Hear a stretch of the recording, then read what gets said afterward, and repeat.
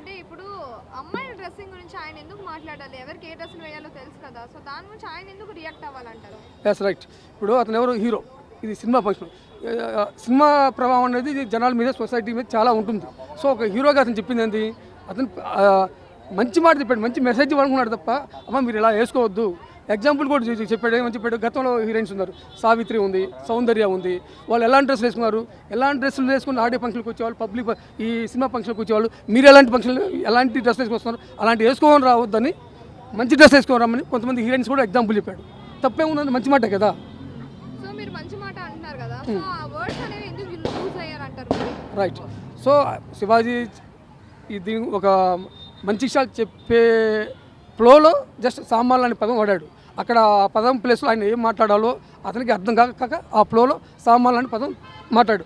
90% అతను చెప్పింది right, just ఆ 2 words రాంగ్, అది అంతే.